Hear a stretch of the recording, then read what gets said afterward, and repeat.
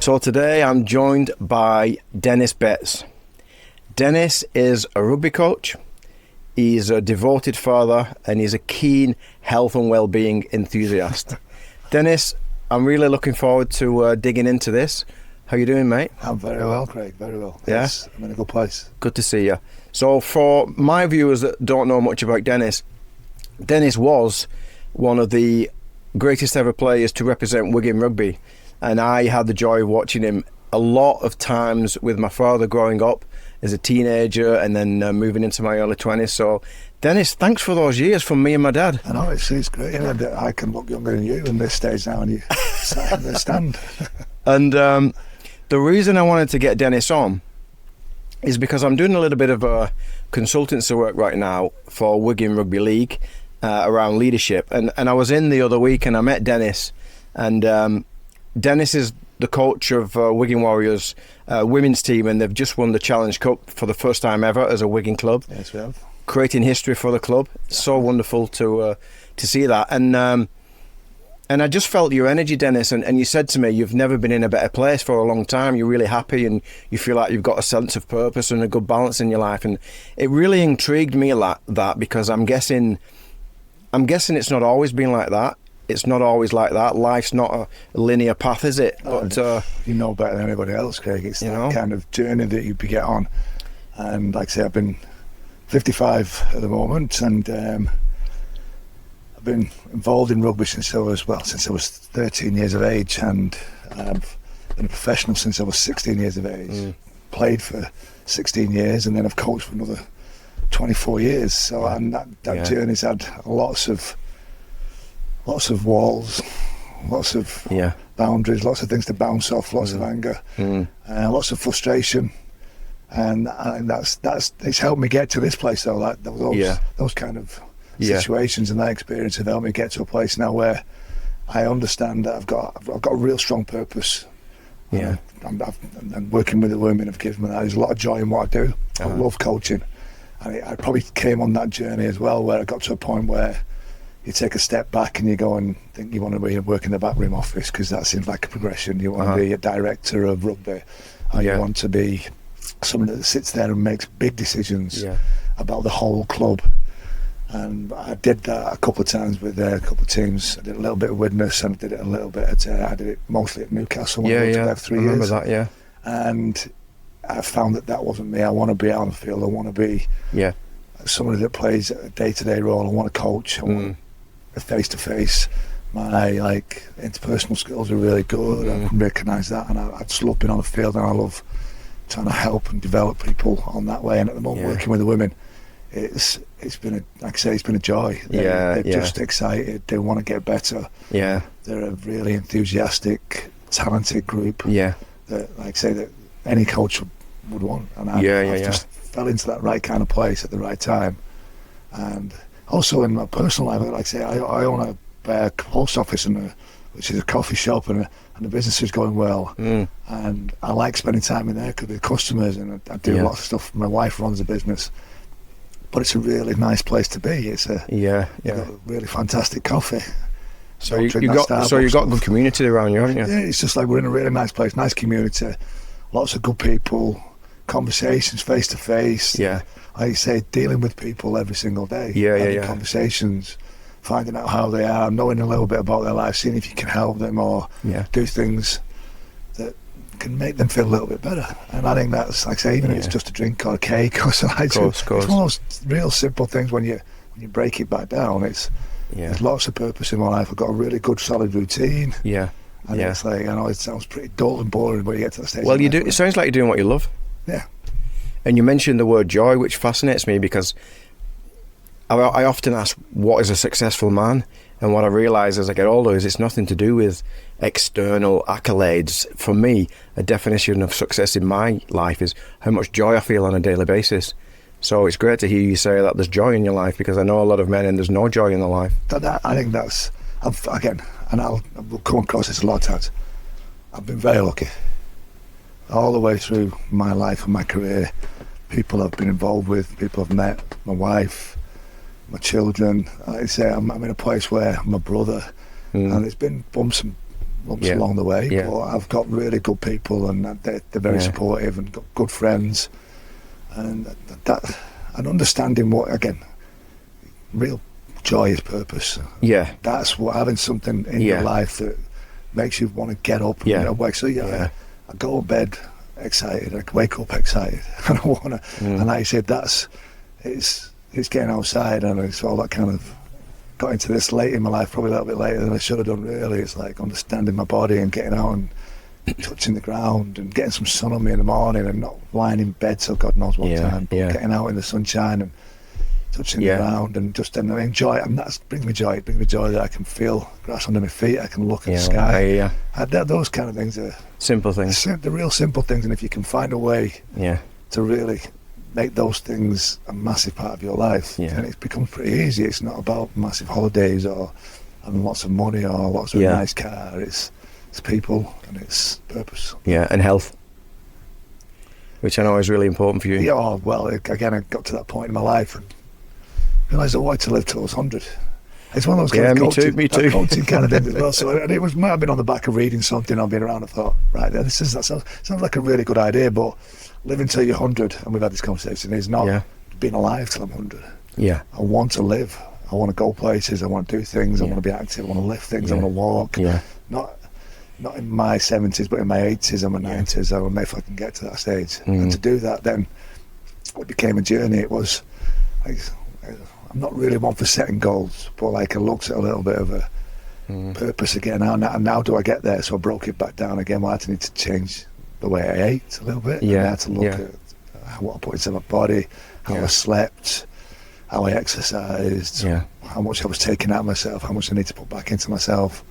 Did a little bit of research on that, and I've always been. I think that's one of the good things about the coaching side of it. I got to reading late in my life. In some cases, it was like in my mid-20s, but once I did, it was like trying to just find information and trying to find knowledge from certain places and read.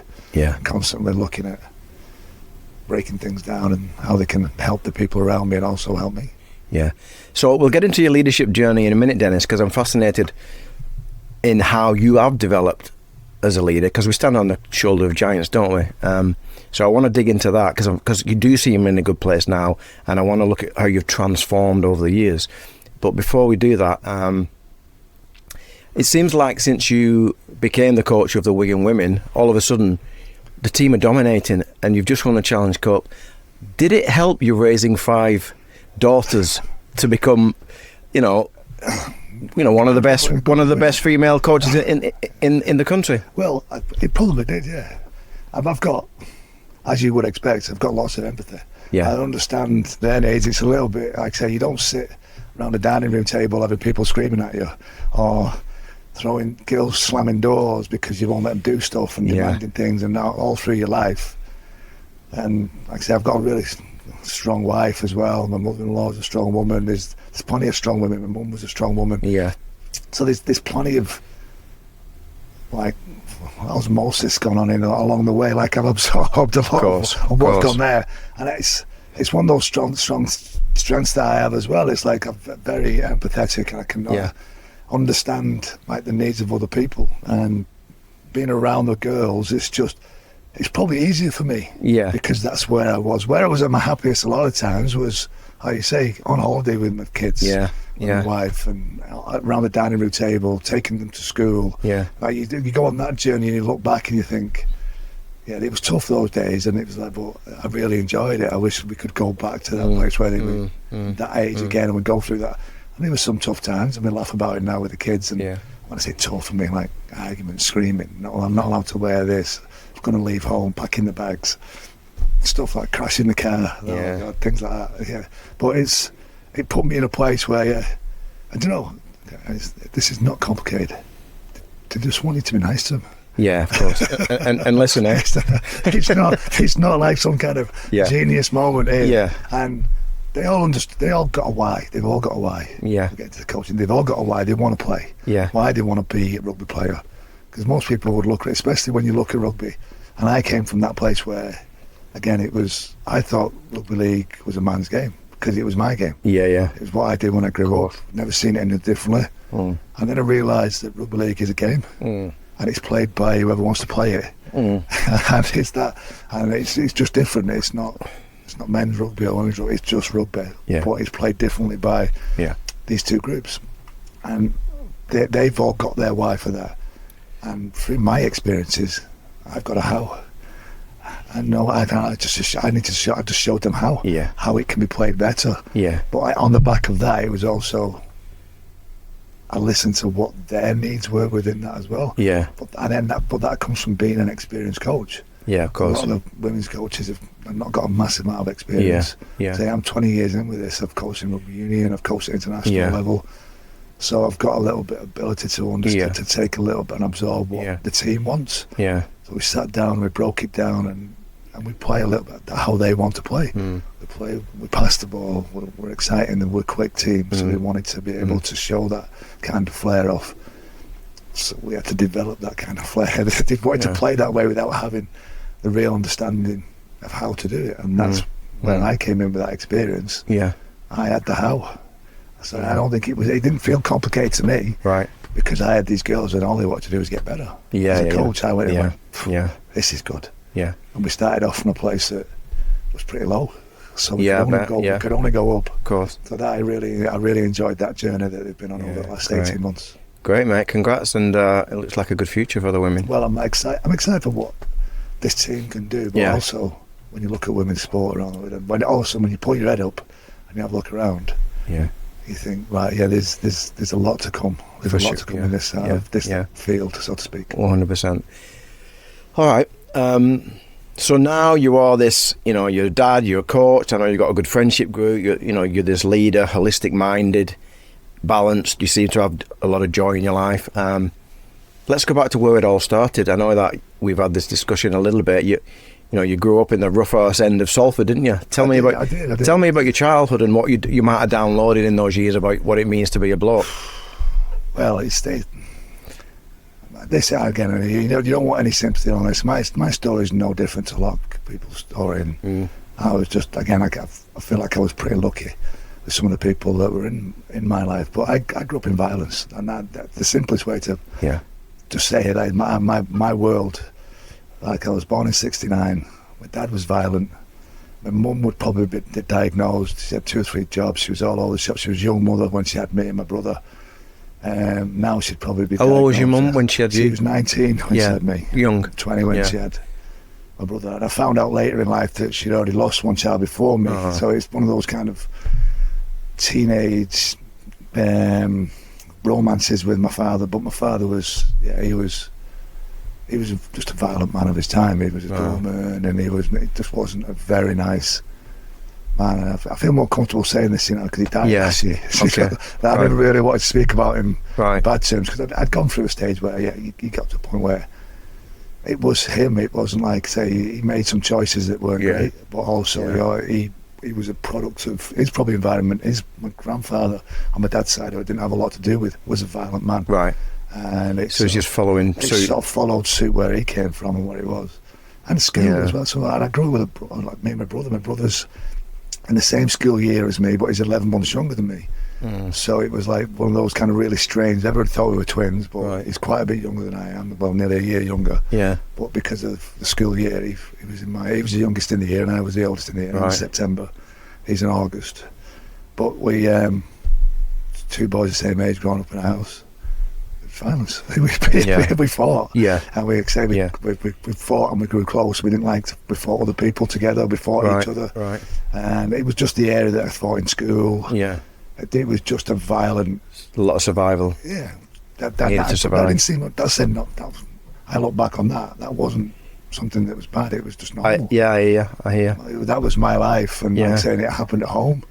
My dad was violent towards my mum, and now again, I've done a lot back, and my mum was one of those guiding figures in my life, and I put her on a pedestal, and never wanted to upset her, never wanted to. She was as good as she could have been, and nowadays she would probably diagnosed with ADHD, or she had anxiety all her life. So in those days it was. She was young and stressed as well, she right? Was just a bit of a. And your dad could handle that. She was a crank, and he was. But I got really fortunate. My mother's parents, my nana and my granddad, were like, they'd turn up with shopping, they'd turn up and look after us. My granddad was in the he worked when he went to Burma. And Was this your granddad on your mum's side? Yes, my granddad. And he's the one, he bought me my first pair of boots. And I loved my granddad, and he would turn up at games, and he was really proud of everything we did. And like I said, you find out later in life, like I say, he went with 3,000, he went with the Salford Battalion to Burma, and he was one of only about 18 that came home. And some of the stories that he had, he's like, now when you look, again, you don't get it until it's too late. And I look at what he did and how well he was around me and how he helped me, all the struggles that he probably went through. How old were you when he died, mate? I was in my late 30s. Oh wow! When your granddad died? Yeah. Oh wow! Okay. So it was like, it wasn't. And he was around. He was around when you was a kid and when you was a teenager. Yeah, he was the one that turned up. And, and he worked, and he had a great work. He's one of those kind of blokes as well. He worked for the water board. I don't think he could read or write. Later on in life, I don't think he was well educated. But he worked for the water board. He worked for the water board for 5 years. Didn't want to retire. Worked every day of the year. I remember him turning up at our house at Christmas Day when I was a small child. And his working kit, he'd done a shift Christmas Day, digging out holes. They tried to promote him. He didn't want promotion. I think he was conscious of the fact, like I say, that he wasn't educated. He didn't want to move into that management chain. So he was, until his like 60s, 70s, he was digging holes out on the street. And Grafter, yeah. And I think that, again, when you reflect, you get to a certain time in your life and you feel like you should have appreciated him more. Yeah, and I did appreciate him, but I loved him to bits, and we did lots of things together. He used to love coming to games, and he'd always be in the stand. Right. He'd wear his army medals, and he'd go on on his marches.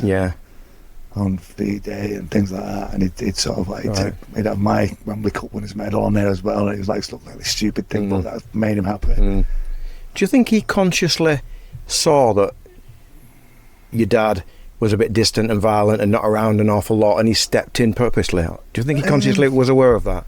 I think he was a good man, right? A good man of his time, and that was his daughter, and it was more. My mum was she was they had 3 aunties and an uncle growing up, and they all seemed okay. They all got married. They had nice husbands. My mum was the wild one. She was the wild cat out of the group. Right. So it's always a little bit sort of astray, and like I say, got pregnant young. Yeah. And so they sort of like protected her a little bit. I think that's where it came from. I think he was more protective towards her. Got you. And then the 2 lads growing up, and he enjoyed being in our presence as well. And I was a good kid. I was good at sport. I was like, I'd run for the school and win. I'd get to county trials and I'd get selected. I think it's not that.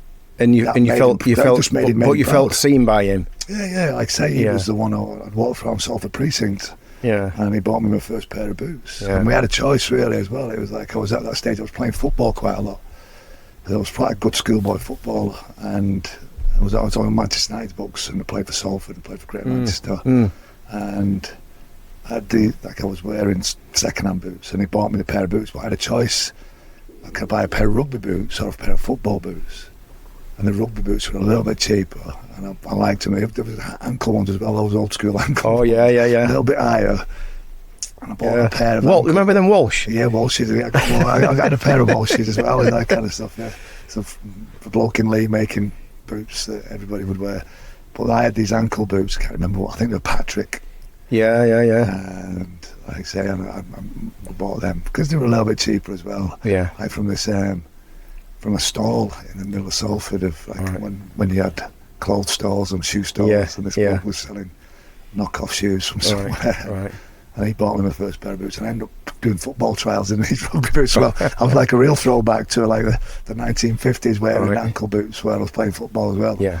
But that kind of thing, you don't notice it at the time because it's your life. It's like say I don't feel unloved. I felt I was really loved. Yeah, well, it sounds like you've been fathered, but maybe I got good uncles as well. My mum's sisters. Sometimes it comes in a different form. Yeah, that energy of fathering.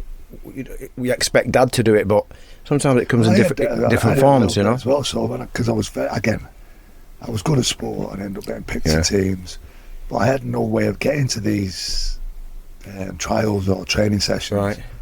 But because I was a good player within the group, sort of lads gravitated towards me as well. So it wasn't like, and we had friendship groups within there, and those friendship groups were from what I thought was a little bit different because they had a mum and dad, and their dad looked after them, and they used to eat regular. Yeah. So it's like, this is a strange group, because that's not how my life was. Like I said, you get home, you let yourself in, you find what you could in the cupboard, and then you'd make your own food, or there'd be something that was there from the night before, if there was anything there. So you end up like filtering out through what you had. But when there were some nice kids, and they went to school, and they had families, and they went to school every day. They didn't miss days. Yeah. They were smart. They were passing exams, and they were good footballers as well. They were good at sport. Yeah. And I made friendship groups with those. I think some of their dad, like, not that the dads were very different. I looked at these blokes and I went, he's a good bloke. Yeah. He's like saying, he goes out of his way. And he'd come and get me, and he'd come and my life was fostered a little bit along that way. Like, so I'm jumping ahead of myself here, but the only reason I play rugby now really is because of somebody else's dad used to come and pick me up and take me to training and take me to games. Got you. And it was what I called Sean Devine. The fellow was called Kevin Devine. I remember Sean Devine. Sean Devine played for my amateur team, playing for St Helens. I remember Sean Devine. Yeah, his dad. Kevin. They have a brother, Mike Devine, as well. Yeah. They both played in, but he was a bit younger, Mike. Mike was 1 year older than me, Yeah, he was a little bit younger. And Sean was a really good player in the team Lee Rangers that I played with. And his dad saw me play in a Lancashire schools game, and like I said, I'd gone through the school system, got picked for Lancashire versus Yorkshire. We got beat this over in Yorkshire, and he came up to me after. He went, "Do you play for anybody? I've not heard your name around other teams." And I went, "No, I don't play. I can't. Just got to play for school." And he just said, "Do you want to come and play for Lee Rangers?" And Lee, to me, from Salford, felt like the other side of the world. Yeah. Like that. I was like, 25 miles down the East Lancs. That's too far for me, mate. No, I can't. Dad's not about. My mum doesn't drive. No chance, no. And he went, "I'll come and get you." Wow. And when I was 13 years of age, I played in this, and he came on a Sunday, and he picked me up. Amazing. And I said, I play football in the afternoon, so Sundays are pretty busy. He said, we kick off at 9, 10, between 9 and 10. I'll let you back home by 12, maybe past. You can play football. Wow. Oh, perfect. Yeah, great. No sense of overplaying or that. So he'd turn up at 9 o'clock, get in his car, like he wouldn't do it now. That's the kind of strange thing that life throws at now. Yeah. I get in his car, he took me to Lee, I played, he brought me home, I played football in the afternoon, he didn't pick me up I didn't go training, he picked me up the following Sunday, and I went and played 3 years. Amazing. So when we talk about like training and skill. So is he still alive? Yeah. What was his name? Kevin Devine. I'm guessing you've thanked him. Oh, yeah. A number of times, Yeah. Like things like this as well, and suppose like him, like understanding that, like without him, then it probably wouldn't have never really occurred. Yeah, and your granddad for kind of seeing you as well, right? Yeah, yeah. He used to come. He'd get in the car, Kevin, and bring him along as well sometimes. Yeah. To games. Yeah. And like when I played for English schools and when I was around that kind of stuff. And like he saw me those first few years when I was playing in Colts, and then when I made my first team debut, my granddad was around for those kind of things as well. Amazing. So that my childhood and that kind of stuff, it was my athletic ability probably came from being chased through markets and streets by policemen and by kids with sticks. It's like kind of, that's how you become good at avoiding things. And the Wild West of Salford. Maybe there's a little bit not enough of that around at the moment as well. Yeah. Like jumping off buildings and falling and chasing people and being chased. Yeah. Gives you evasion skills.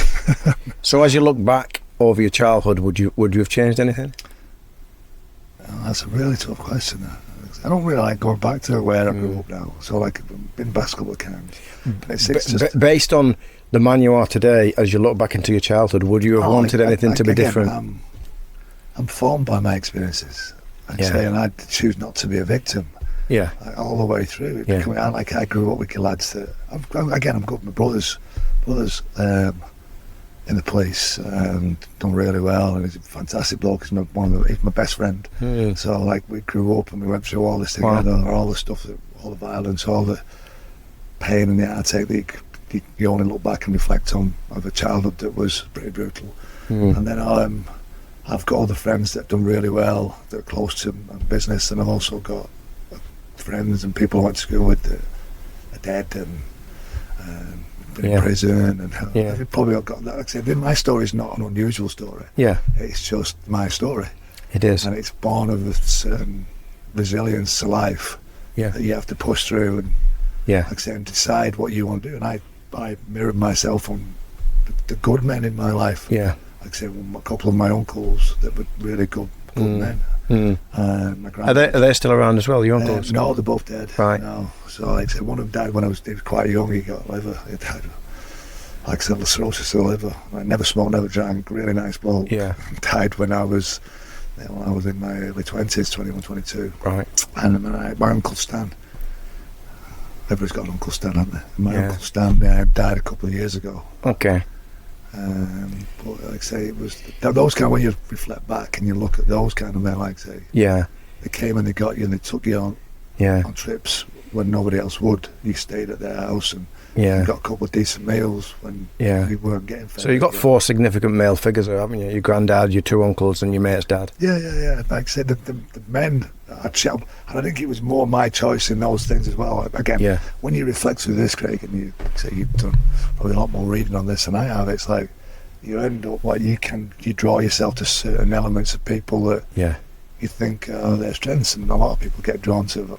If you're in violence, you get drawn to violence. Yeah, you want to be the guy. You want to be that person. Yeah, I never felt like that. Did you want to do the opposite? I wanted to be good. Yeah, I wanted to be a decent bloke. I wanted to be.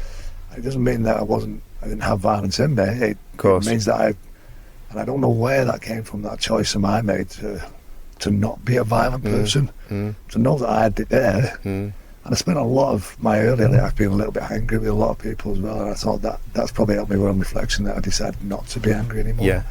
In my mid-20s, got to that stage of my life where it was just that emotion I served no purpose. Even though I played a violent sport, it wasn't helping me. It wasn't part of what I wanted to be and who I was. But those significant figures within my life were good people, not massively sporty people. And I don't know where. My dad was quite sporty, apparently, good footballer. My mum played a little bit of netball, but I never saw any of that. There was just conversations around it.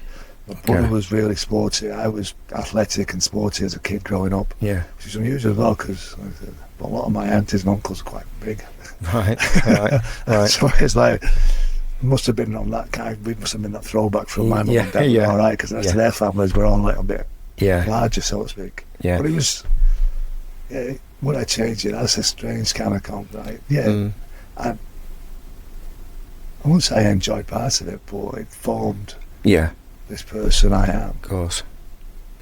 I'll come on to your rugby career in a minute because it's very significant, but I guess from the age of, when did you start playing rugby? When did you pick a rugby ball up? I picked a ball up when I was 11. So from the age of 11 to when? I played, actually this is different, so I played about 4 games. It was a school trial again, local junior school. It was like under 11s, and Salford got selected to be the team that would be the curtain raiser at Wembley in 1981. Under 11s? Under 11s, and they didn't really have a team, so they ran a trial. Right. And I'd never played rugby before. Right. And I got picked, me and my brother both got picked. Right. And I played at Wembley in front of, when it was before the game. Who played in the big game that year? Andy Gregory. Was it Wigan then? No, it wasn't Wigan. It was Widnes and Hull. Oh, Widnes and Hull, huh? Oh, Widnes and Hull. Widnes and Hull. Okay. I should remember that. But it was 1981. Andy Gregg played for Widnes. Wow. And I was, like I said, but we played Castleford. We played for, I think it was 13 minutes and got beat by 18 points. So we were 18-0. The scoreline was. Yeah. And there's a nice thing on it. You can get it on YouTube. So it's like, and I get hurt and I'm crying on the pitch at the end of the game. So it's like, So it's but and then I didn't play again, so I only played 4 games. So I played in a couple of trial games, a couple of training games. Played at Wembley, left, and then there was no other. The secondary school I went to didn't have a. It was a teacher strike at the time, early 80s. Wow. And there was no much rugby, no school sport. No, there was a couple of sports teachers in there that were really good as well, and that's where I gravitate towards, those couple of sports teachers. Yeah, talk about them, because I was going to ask you that question. I was going to ask you from the age of 11 to, because it mirrors my life. I had some amazing sports teachers from the age of 11 until you sound professional.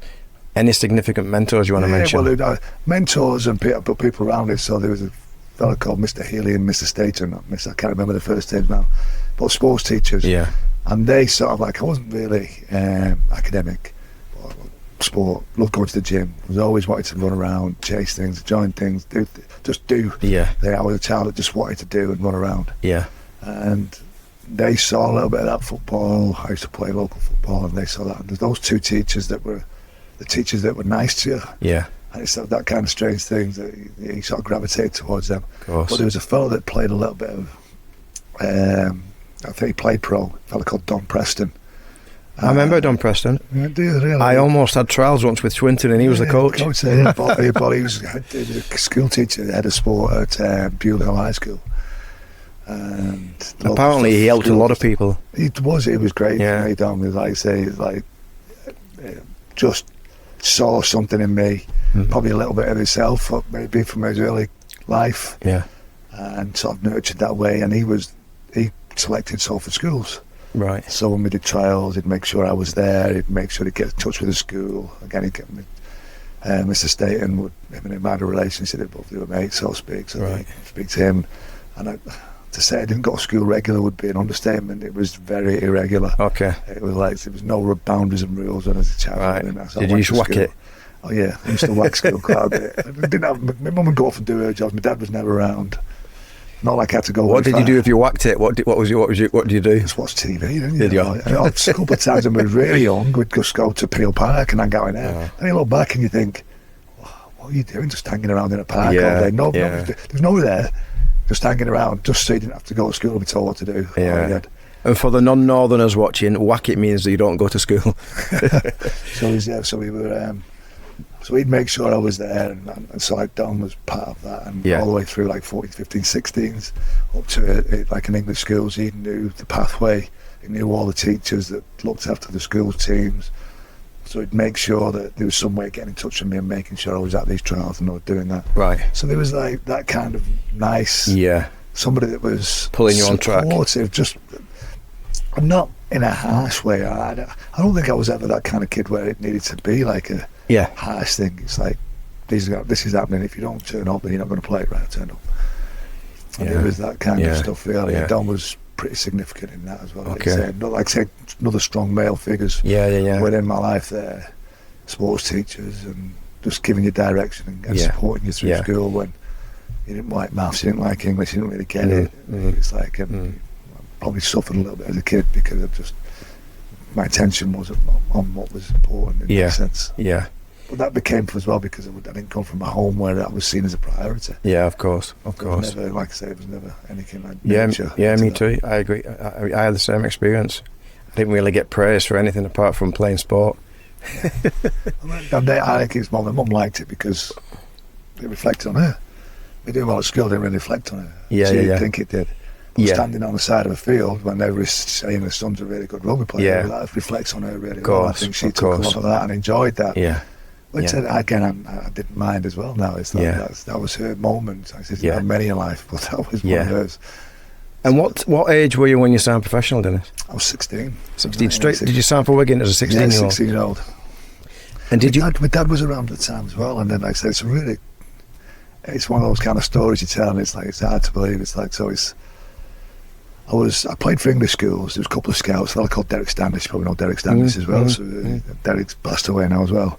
So he was a local scout, and he watched me play for English schools. He'd seen me play at Lee Rangers at the time as well, and he'd invited me down to Wigan as a 16-year-old to go and meet the board. And I was due to go to Lee and Leeds at the time as well, wasn't on the like Wigan, and it was Colin Clark and Alan McGuinness, who were the two coaches. Yeah. I didn't know anything, and I didn't spend any time, like I said, you wanted to talk about, I didn't have any sporting heroes. I went and watched Manchester United, used to sneak in, and it was like a Joe Jordan, Gary Birtles kind of, Gary Bailey kind of era, and Brian Robson. It was that, but they weren't my heroes. It was like I'd go and watch football. And rugby, I didn't know anybody. I didn't take any notice whatsoever. Like I said, turned up on a Sunday, played the game, left. Right. Never really went and watched Salford a couple of times because it wasn't far from where I lived. Never went to watch Wigan, even stay for after games when you play curtain raises. Go home, go and get a pie and leave kind of stuff. So it was never like I had these sporting heroes. It was just, I was good at this and did it and left. Right. And so I turned up at Wigan and I've got my English school blazer on and an English school tie. My mum's decided to get dressed up like she's going on a night out. I never forget it. Like, she was all glammed up. My dad was around. I've not seen him for quite some time. Yeah. It's been a couple of years. He'd been in and out. Right. And like he liked to play on the fact that he couldn't, even though they were divorced at that time, he couldn't be divorced because he was Catholic. He chose to be Catholic when it came to his wedding, so he couldn't be divorced. Right. So he decided to turn back up again. And I don't know why that ever stuck with me, but that's what he used to say. I can't be divorced. I'm Catholic. Wow. And he was so he sat there and he's talking shit. Really, never watched me play. Never turned up at a game.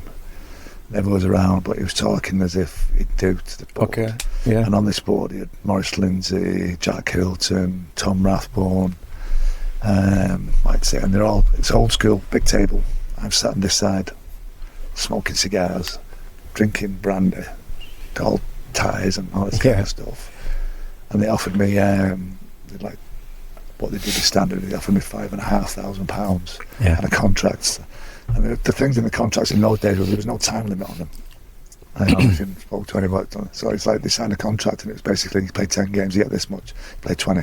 If you play in the team, you get winning money or losing money and all this kind of stuff. But it wasn't for 2 years or 3 years. It was just a number of significant moments. Play for Great Britain, play for Ian Coles, play. It could have been every. I could still be there now and play. Yeah. But it was the £5,500. Like I lived in a council house in Salford. My dad had always had a decent job, but he just frittered it away, drinking and womanising and doing what he did. Yeah. And he gave me the best piece of advice ever. So they put the top on the table. I was like, so my dad sat on my left and my mum was on my right. And they like said, well, let you ever think about it, but that's our offer there. So I'm sat there, I'm thinking about, I wonder what, because I knew all the lads were talking as well. So £5,000 was about where they were offering. Yeah. A couple of the lads that was in my team, like Colleen Gilder and Sean and Wayne Reid and a couple of lads that came through that Wigan time that I was there. And my dad leaned in after he'd left the room and he went, fucking sign it. And that's the only piece of advice I ever gave. And I did, I signed it. And my dad is called Denis Betts. I didn't have a bank account at that time. So I took a cheque for Denis Betts. And for some reason, my dad decided to cash it. He put it in his bank. I didn't see him for 2 years. Wow. So I got a couple of £1,000 back off him when he came back, and that was it really. Yeah. Wow. So that's how it sort of panned out, and it was like, because the lads used to talk about what did you do with the money you signed with? Oh, my dad put it in a bond, and it grew to this. Or I ended up doing this with it, that with it, and I was like, yeah, my dad spent mine. Wow. But it was a good piece of advice. Yeah. You can't regret not signing a contract. Of course. For Wigan as well, like that kind of stuff. And how old was you when you retired, Dennis? Because I want to get in. So how many years at Wigan? I did 9 years at Wigan, 3 years at the Wigan Warriors, and then another. Of course you did. 4 years at Wigan. So in total, I played 13 years for Wigan. In total, how long was your professional career? 16 years. Okay. So you've had a 16-year professional career. We could talk for hours about that, couldn't we? Let's go. Tell me about initially in that career some of the highs that you remember. Like what were the top 3 to 4 highs, for example? It's everybody has significant moments in there, like meeting people and that kind of stuff. And it's only now when I talk to ex-players and I talk to the girls about this as well. I said, winning things is what you think it's all about, and it's not. They're just things. I hear you completely. It's the meaning behind what they generate, and some of my significant career moments, they're too many to mention. Like say I won. I think it's only really Sean Edwards has got more medals than I've got. I won about 27 major trophies. Yeah. I say in 13 years. So I won a couple of years every year. Yeah. And there were some of those years I didn't play. So for the first 2 years, I didn't play a lot for Wigan. So out of the 9 years, it was only 7. And then the 3 that I got when I came back. So it was only really 10 years in there, and I won 27 major trophies. Yeah. And then there was a couple in there that we didn't win as well. We didn't win a Challenge Cup, and we didn't. I didn't win a couple of World Cup challenges there as well. So it was like there's a couple of things in there that I didn't do. But that's not. It's the people. It's like time I spent with Andy Goodway and Joe Lydon. Like you say, just like. What did you learn from those two? Just Andy was a really good trainer. Like driven mentality was to be. So you just followed him, and he was quite ruthless in how he played the game as well. He was, like I say, he had a nickname of BA, like bad attitude. He didn't have a bad attitude. He was just an angry man. He was just angry, and we just clicked as well. We clicked. And you weren't a too dissimilar player to him, were you? You were both similar, weren't you? I was trying to be as good as him. That's in the way you played the game. Yeah, he was. He ran the game, he ran the ball. He was fantastic back row, and front row. He played, but he played on the edge. He was ruthless, and I didn't have that in me. I just didn't have that kind of. I don't know what to say much is this, but that kind of real anger in the way he played as well. He wanted to hurt people. I had them moments early on, and then realised that playing with anger didn't really help the way I like to play. Yeah. So but what he had was like he had this drive and discipline, ruthlessness that to be good you had to. He was disciplined more than anything else. He was the one, and I had good discipline in my life anyway without really recognising it. Yeah. Because I didn't want to let people down. Yeah. His discipline was about didn't care about letting people down. He did, but it was about letting himself down. Yeah. He didn't want to be the one. How many years older than you was he? And he would be now. He's about 6-7 years older than 7 years. So he'd be in like his mid-20s. So he was a good role model. When I came in, he was in the early 20s, like mid to late 20s when I was, and he was a great person. Like I say, he's one of my best friends now. We speak regular. Right. He's godfather to a couple of my children. I'm godfather to a couple of his. The girls are the similar age that grew up. We grew up together. I was spending time in Australia with him towards the end of this year where he lives now. Great.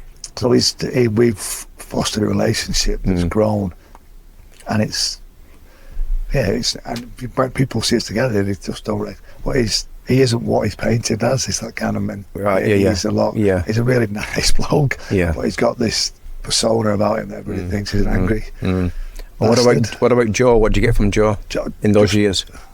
Well, he was different. Joe, he had a way of making it look like he wasn't a good trainer, but he loved the game and he was good at the game. And when he had a switch. When that switch was flicked, like I say, he was just one of the best players you've ever seen. Yeah, I think that was one of those things where, like I say, you forget that kind of stuff for those early years when you see him at Widnes. Yeah. And the Man of Steel, and the Young Player of the Year, and the Munster Trophy, and then when play of the match in a Premiership final as well. It just goes on. But what he had about him was he was just a good bloke. He was a nice bloke. He had a good group of friends, good moral compass. Just like he gravitated towards those without, and it sounds wishy-washy, but they weren't nice in that sense of what nice probably means to a lot of people. Yeah. But they were good men. And respectful, right? Good values. Yeah. Like nice to people, good to people, did the right thing when it needed doing, had a laugh when it didn't. Yeah. They're all young men as well, so like I'm early 20s, late teens, early 20s, and they're in their mid-20s. Yeah. So I was around these blokes that were still had a teenage mentality because they played sport. Yeah. You know what I mean? And they're not for a living, some had jobs, but were paid to play sport. Yeah. That can do strange things to your ego. It can drive it in a different way. And you can spend time around those people that get wrapped up in that ego side of it. Yeah. They had ego, but it was a little bit less of that. I won't say ego less. It was like they just didn't have that ego that made them into cocks. Yeah, fair enough. That without trying to look for a nice technical term, and they just weren't cocks. It was like they were good blokes that knew how to have a good time. Yeah, knew when was the right time to enjoy yourself. When was the right time to do business? I think that team that I played in that time had that, and I also had good. Like Phil Clark was in a younger group than I was, but he was older, more mature than his years. Yeah, a couple of years younger than I am. Well, he came into the first team, all that first team group, quite young. Disciplined, eh? But he was just disciplined. Yeah. And he was like, but he came from a nice family. Of course. And he had, like, say so, and I couldn't thank him enough. When I used to drive over and stop at Phil's, have a cup of tea, biscuits, his mum would look after me, stay at his house. We grew up, we forged a really strong relationship and still good friends to this day. Yeah. And he came from a good moral values background and had those kind of things. It didn't mean that he wasn't wild at times, but he knew when to flick the switch and when to turn it off, kind of stuff. So I came in that kind of group of senior players when I moved into that group. There weren't any cogs. It was quite disciplined. It was, this is how we go. This is and you had to toe the line or you weren't allowed in that group. If you couldn't add value, they'd let you know you couldn't add value. So if you wanted to be part of that group, you had to contribute.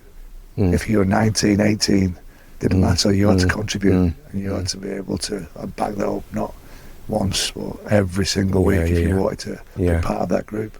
Still on the theme of role models / mentors, I know that you've got a fascination with learning. In your career, what coaches stood out for you, Denis, and why? Malcolm Reilly was, again, discipline, toughness, but below it all had a really human side to him. And like saying, it just still respects and see what he did as a player. And he had you could hear lots of stories about Malcolm, but again, he had this steely determination and discipline about playing the game. And he was really good as well. He is that kind of stuff. And then you'd look through like your Jack Gibsons and you'd read stuff on those, and you've got to be really careful. And later in life you get this, because I think I read a quote about, like, say, you shouldn't really expect the world to have any kind of adults in it or role models, because behind the good stuff there's lots of bad. There's lots of humanity, and they've all got skeletons in closets, of course, and demons and shadows, so what you pick and how you choose those kind of people. But you'd see what Jack did, Jack Gibson, and read his books, and I got to understand him a little bit by speaking to John Money about him, and it was like, say, John was really good for me at that time. Graham Lowe gave me my opportunity at the start of all this, put a lot of trust in me, and it was like spending time around Wayne Bennett. It's like you say, you pick all these things, and then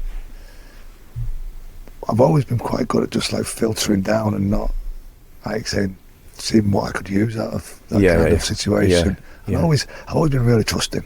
I think you can waste too much energy on not trusting people. I'd rather trust people first. I'd rather get to know you, give myself to you, be present, enjoy what I feel is a strong moment, and you can take what you want from it. But like I say, it's like, don't look too deeply. And I think that's what helped me forgive my father in a lot of ways, in that sense, because I knew he had demons, I knew he had problems. I should have expected more from him. At what point did you forgive him in your life? It was quite early on. It was like in my early 20s, like mid-20s. Yeah. Like I say, it was like, he just couldn't hurt me. And it's one of those, I'm going to go back a little bit on this. I've only ever really been afraid of one person in my life, and you shouldn't ever be afraid of your dad. Yeah. I say, there's got to be discipline there, and you've got to, it's a respectful thing. But when I say afraid, I mean like frightened to death of him. He was violent and angry, and you shouldn't really be that way with your parent. And it's like, so there had to be a reason behind that.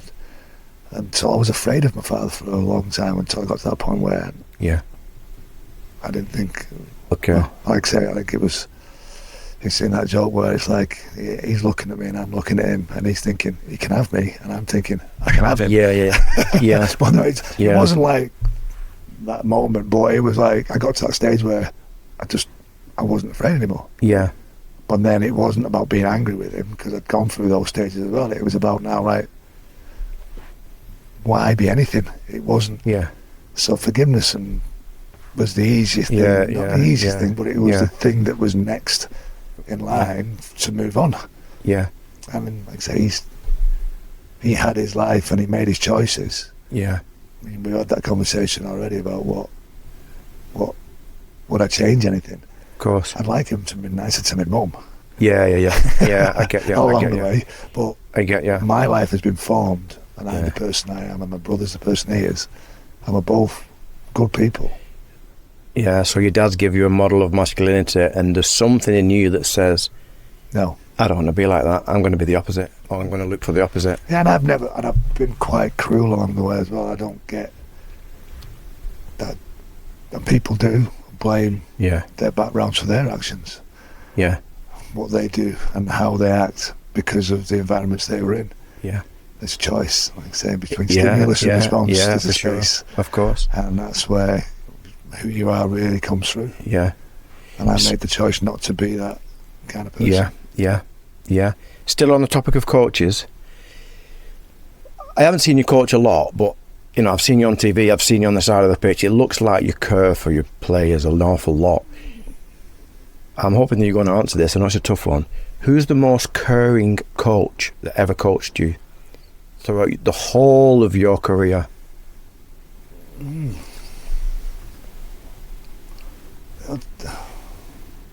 John Morley was good.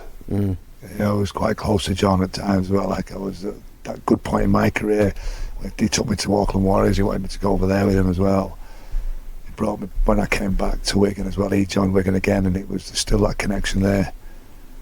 Like I say, I was coached by Andy Goodway as well, and like I said, my best mate as well. Like I say, and it wasn't that. It's not that he didn't care. Like I said, it was just a different kind of relationship. It's that's a really strange one, and like I say, caring in the sense of how I project myself, because everybody's seen, and we've all read the books. I think what's happened with coaching on a whole, everybody they've read too many books. Yeah. They've just read, and they believe it should be a certain way, and a lot of young coaches, and it's coaching by numbers kind of stuff, whereas the personal relationships is how you build. And we want to talk about leadership in the sense that, like I say, leadership is something that's given. Yeah. You have to earn it. Yeah, for sure. I mean, I can become the boss because somebody puts me in charge. Yeah. That's my job.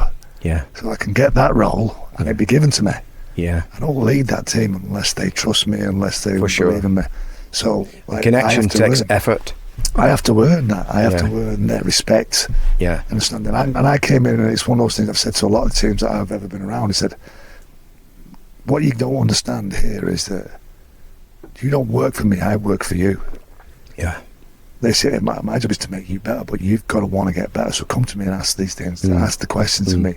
I'm letting you know now that I don't know everything, but I will find it out, and I will develop, and I will work with you to become and create an environment where you can thrive. Yeah. And I think I got that feeling on the back of not just the coaches, but also my career, where I got to a point where I wasn't searching to win again. I was searching to develop. And that sounds quite wishy-washy, but I'd had lots of glory. I'd had lots of moments in the sun. I picked up lots of cups, and it's not that I don't want to win, because I know what that looks like and it feels like for the players. Well, that's not going to make me more satisfied. It's bigger than rugby now for you, isn't it? Yeah, well, I love the fact of what we can achieve by, and I've been fortunate over the career that I've had to look back and see that I've worked with and been around kids and seen them grow into something more and develop, and been able to support people along the way as well when they've not been able to get there, and maybe help them in a different direction. So you go on that pathway. You're there as a mentor. Again, these are the things that are given, not taken. Like I can become somebody's mentor, but that's their choice, not mine. Yeah, I can, if they ring me up and I don't say I'm your mentor, they can say in a conversation that Denis mentored me. All I did was pass on some knowledge or understanding, and they took whatever they needed out of that. Yeah, that's their choice, and their choice within that is to absorb what they can from the things that I can offer. And I've been quite free and easy with lots of people about offering those kind of experiences and that knowledge, so to speak. I think that's where you can get it, because I got on a journey of my leadership is that acquire read as much as you can, speak to as many people as you can, keep going and watching things. You might just be reaffirming stuff that you already know, but it can help you along the way. Look at different environments, speak to people not just in sport but outside of sport. Take all that knowledge, but when you deal with people, you have to connect. All that doesn't help. It has to be, and you'll get this as well. It's like, and I'm not a religious person at all. It's like it's a soul to soul kind of. For sure. You go bang, And that's when you've got to get rid of all that 100%. and go there and then bring that in later. So the knowledge and the experiences are brilliant. Yeah. But unless I can connect with you at a personal level, and I say that, like, I'm a soul talking to a soul, then you can have a relationship. Yeah. Then all of a sudden you can create trust. And trust works in, if I say, I think when you deal with people, it works on a 3-point thing. It's time, it's trust, and it's trustworthy. If I can get those 3 things, then everything else becomes pretty easy. Yeah, of so course. I can find time for you, and I can be present in that time. Yeah. And I can be fully engaged with you. Yeah. I can show you that I am trustworthy. Of course. And we can forge a relationship, not just in an instant, but over a bit of time. Yeah.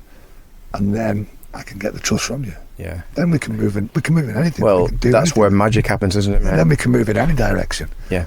Like I said, in instant, all I do is teach him how to catch and pass the ball. And Yeah. that's the easy stuff. I've been doing that since I was 13 years The of age. bedrock of trust is the key, isn't it? Oh, everything in leadership starts with trust. Yeah.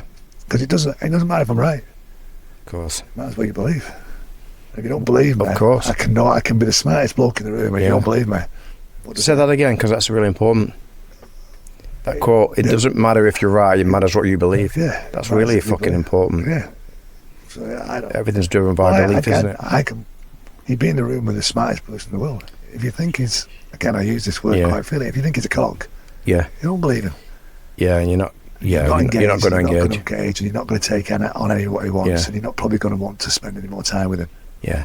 What was the lowest point in your rugby career, and what did you learn from it? You can have more than one. Yeah. Again, very fortunate, and I've never really seen it that way.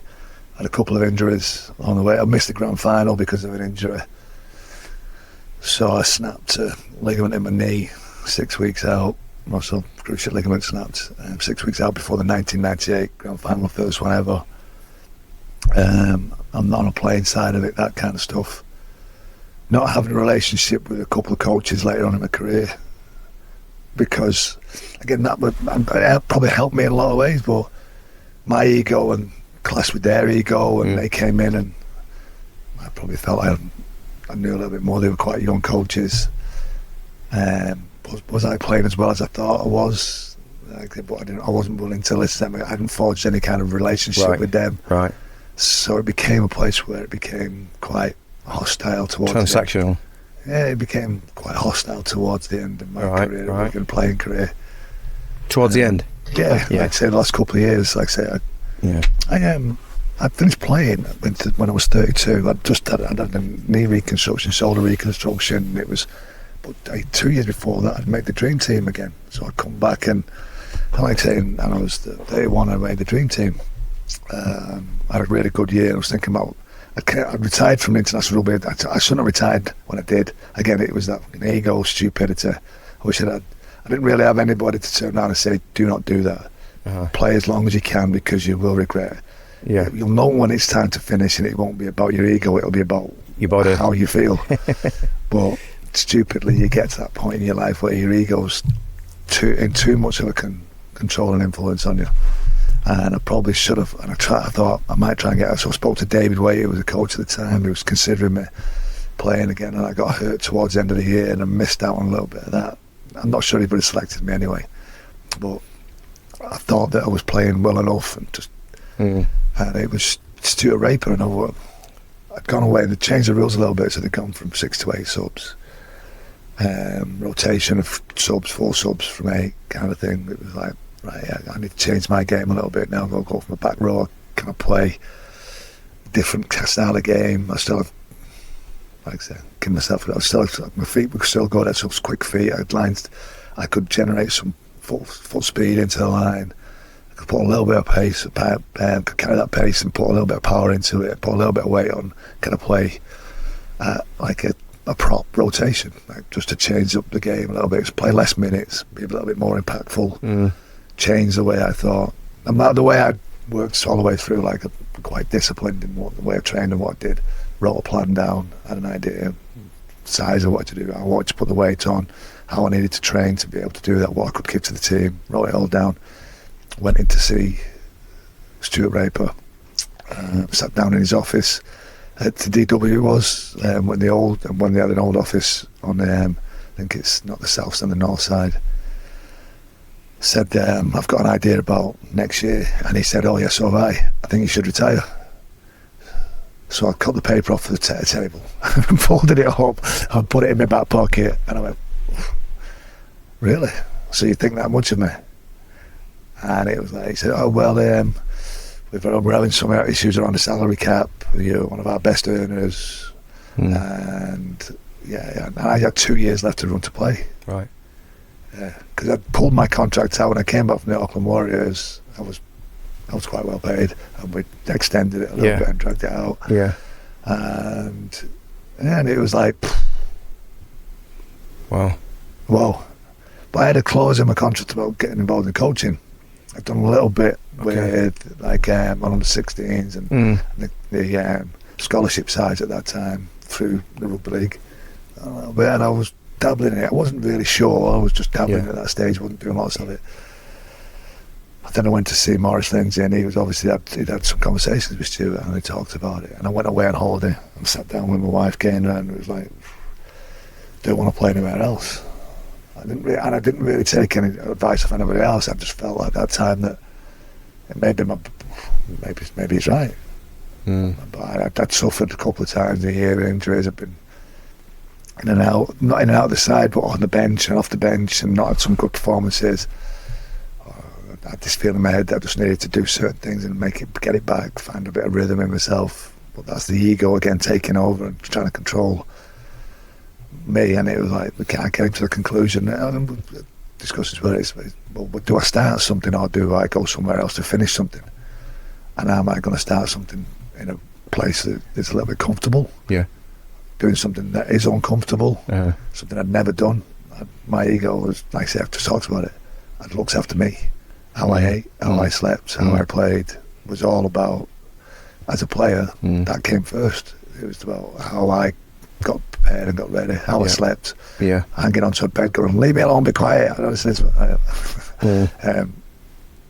I decided that coaching was probably the way to do it. And I sat down with Maurice and we came to an agreement. The last 2 years, I got an extension of 1 year, so 3 years would be working with the academy. I'd be the head of the under-18s coach, and I'd work as like head of academy with Dean Bell. Okay. Working in relationship with him. Yeah. And then I regretted it for a bit. And I got coaching the team, and then I started doing it and realising I'm dealing with 30 kids, 18-year-olds, and I've only dealt with me. It was bizarre. And we weren't training at the ground at the time. Right. I changed my car so I could get pads and bags in the back of this old Vauxhall estate thing, so I could get stuff in the back of it myself. Like I say, professional coaching's brilliant, isn't it? So I'm jamming stuff in my own car. We're driving off to Christopher Park, pouring down the rain, and I just went bang. I went, oh God, I like this. Wow. I like this. So that would have helped with your transition then? Yeah, and all that transition out of playing became, I had the moments. We played that year, they got through to the Challenge Cup final. It's the one where Chris Woodlinski got ill with his toe and played and won the man of the match up at Edinburgh. I was still part of the first team staff, but Stuart Raper, I did some stuff on a weekday. So I was coaching in the evenings, the academy players, under 18s, under 20s. In the day I was in certain days and doing some stuff with the first team, doing some skills. I'd also decided at this stage that I would go back at education, so I went and did like a sports management degree at Lancaster University. So I was doing that part-time. Great. So I was killing myself in lots of ways. I was driving Lancaster. But you're learning, right, as well, and you love learning. I'm in this whirlwind. I've got my wife. We've just had not so long had our last child as well. Right. So she was born, so we had 3 young girls at home as well. Right. I've just finished playing. Like I say, I'm in this turmoil of, well, I should be playing. I love coaching the team. I should be playing. I love coaching the team. I should be playing. Right. So I was on this up and down kind of roller coaster, and I probably started to drink a little bit more than I should have done. So that was sort of easing the pain a little bit along the way. But there was nothing really significant in there that made me feel like, and I was lucky because I still got to smell the changing room. I still got to be around it.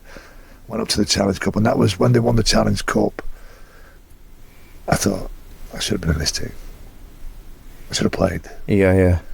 And that was just my ego again. I was really good. I spoke to Andy Farrell at the time, again, as a player, and he was basically, mate, everything you've done, everything you are, it's an insignificant moment. Doesn't mean anything. Yeah.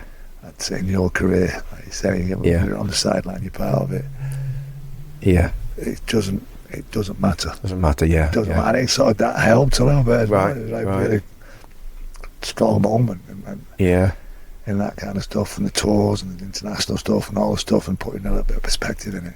Yeah. And then the team had only just, the 18 started a little bit later than the first team, and we'd not been going that long.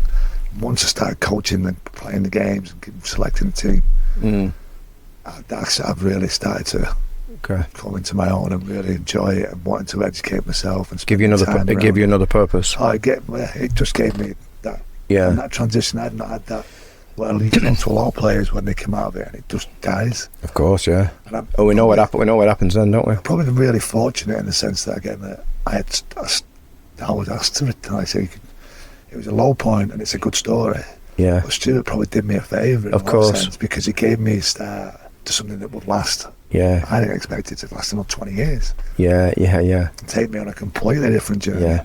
And I'm still around all those players. Yeah. I'm still talking rugby, and I still smell the changing rooms, and I'm still at training and getting wet, and I'm on a field. So I've still got all those things. Yeah. So I've never had to get a job. I've never had a job. Always, because everything I do is like, this is my, I say, vocation. Yeah, I get that. I really feel like it, and that's one of those other things as well that people say, like, you never work a day in your life if you find something you love. 100%. And I've loved everything I've done as a player and as a coach.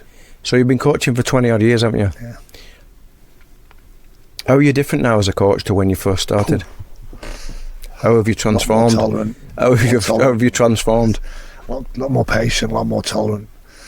The game's still the same, but like more patient. And the girls have given me this over the last couple of years. It's like training fields are completely different now. It's like everything's built around positivity. And like I say, you go through that journey where, and it's probably stuff that you think you should do, but you don't really know enough about. And coming out as a player, it was quite brutal. It was like, fucking, no, that's not good enough. Shit. Don't do that shit again. Yeah. Like, get out of this team. And you got, I've regretted in a couple of conversations I've had.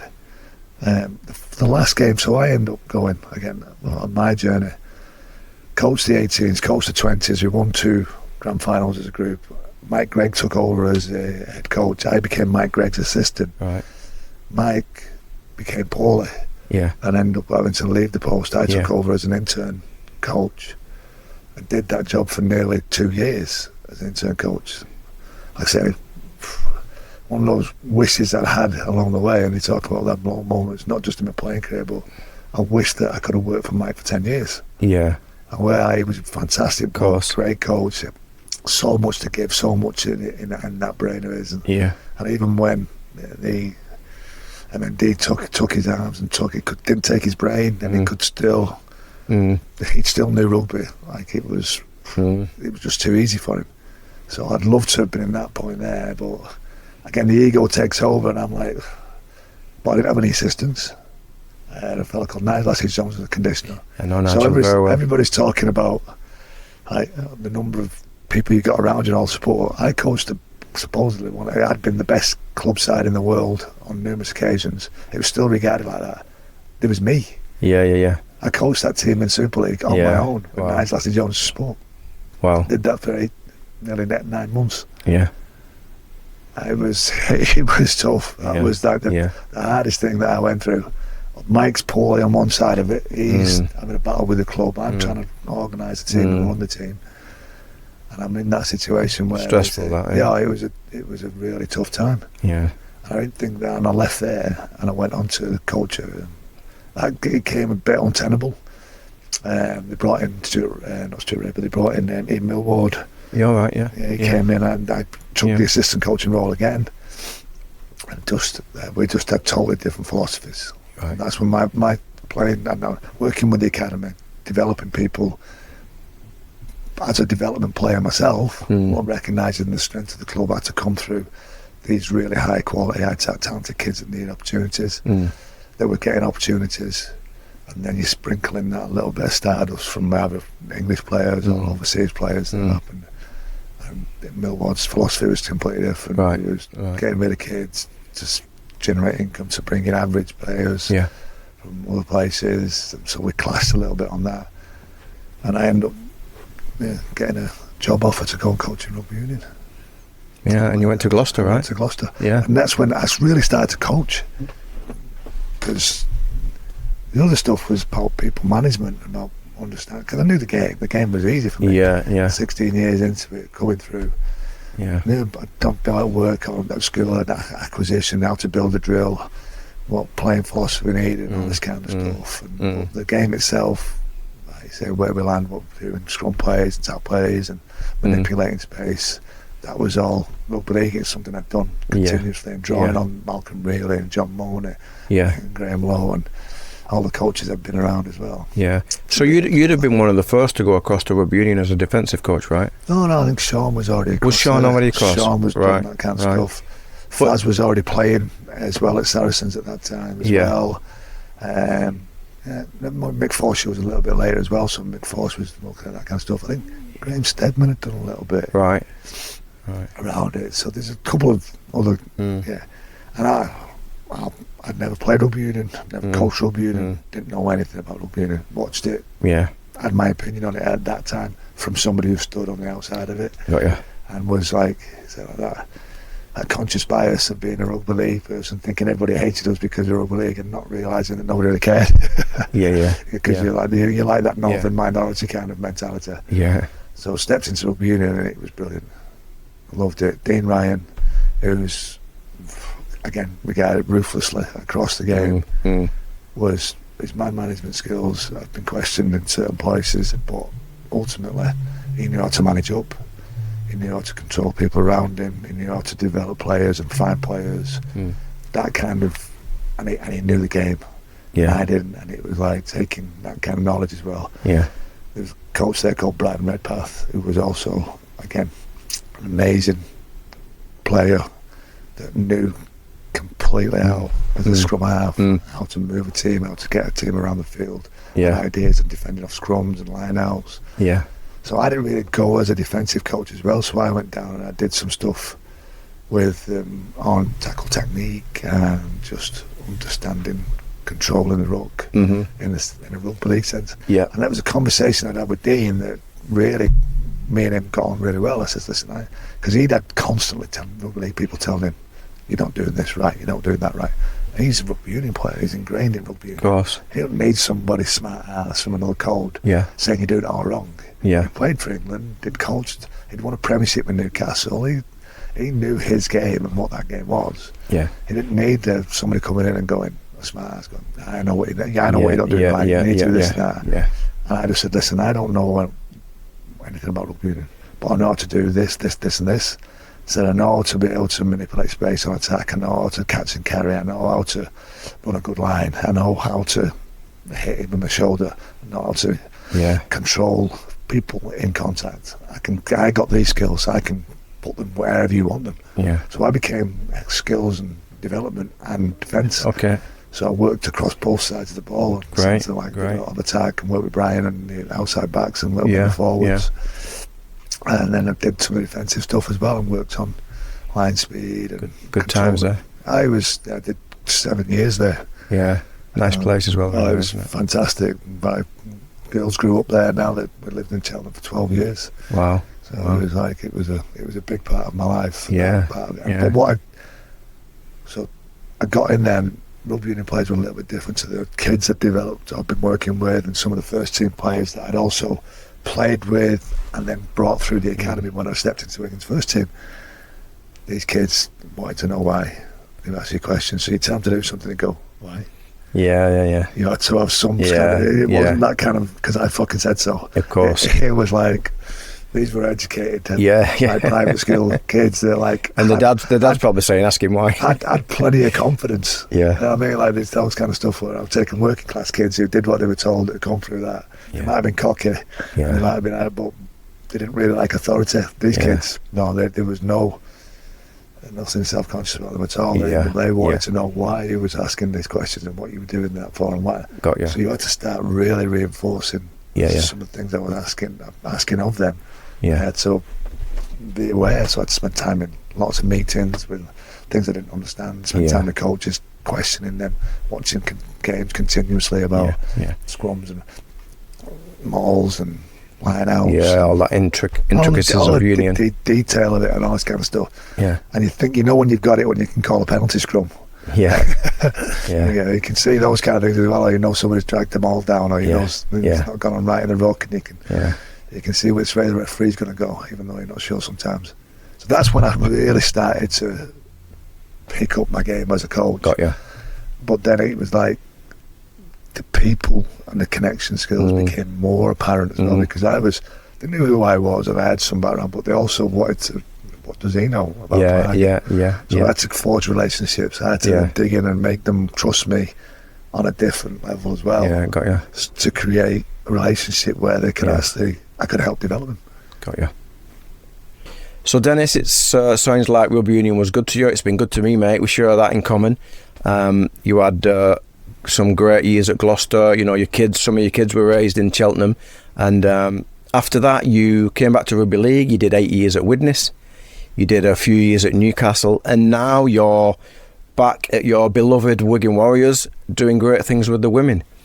So I've got one question for you, Dennis. Yeah, if you think about the important pillars in your life, you know, your family, obviously, your health, your friendships, and your job at Wigan right now, you know, this sense of purpose that you've got, you're moving into an exciting new chapter. If your life was a movie and the audience are on the edge of the seats rooting for Denis Betts and they can see clearly what's on the horizon, what are they saying to you? What are they telling you to do next? Telling me to do? What do they want for you in this next chapter to make it a blockbuster? Blockbuster. Again, in a sporting environment, you're looking at continuous success on the field, like I say, and those things that you can pick up along the way, and final win the Challenge Cup again. I'd like them to see a coach that helps develop his team and individual girls in that team to go on and be great. Yeah. Be great in their lives, have really good lives and really enjoy their lives, and be really successful in the sport that they've chosen. Yeah. Have families. There's a thing, I think it might have been on This Is Your Life. It was like an Esther Hansen thing. Right. And it was about the Holocaust. I know it's extreme, and there was a fella that they brought this gentleman in who was involved in Poland. He was Polish, and they had a lady sat next to him that he'd helped save her life. I think I've seen that. Yeah. And then they're going to him and he's a bit upset, and then they asked the question, is there anybody else in the room who such and such a body had an impact on and helped save their life? And everybody stood up. Wow. So that was sort of like one of those moments where you when you get that emotion there, you get that kind of stuff. And he invited all these people, and he'd saved the lives of probably not just those women, but their children. And I'm not saying that if I'm making a movie about it and I get to the end of my life, can there be people in there that say things like, yeah, Dennis was really helped me develop my life or my career, and they're sort of people that look and talk back about it kind of stuff. Because I get caught up in this this discussion about legacy. I don't think there isn't such a thing. It doesn't exist. It's like it's the imagination of other people. Yeah.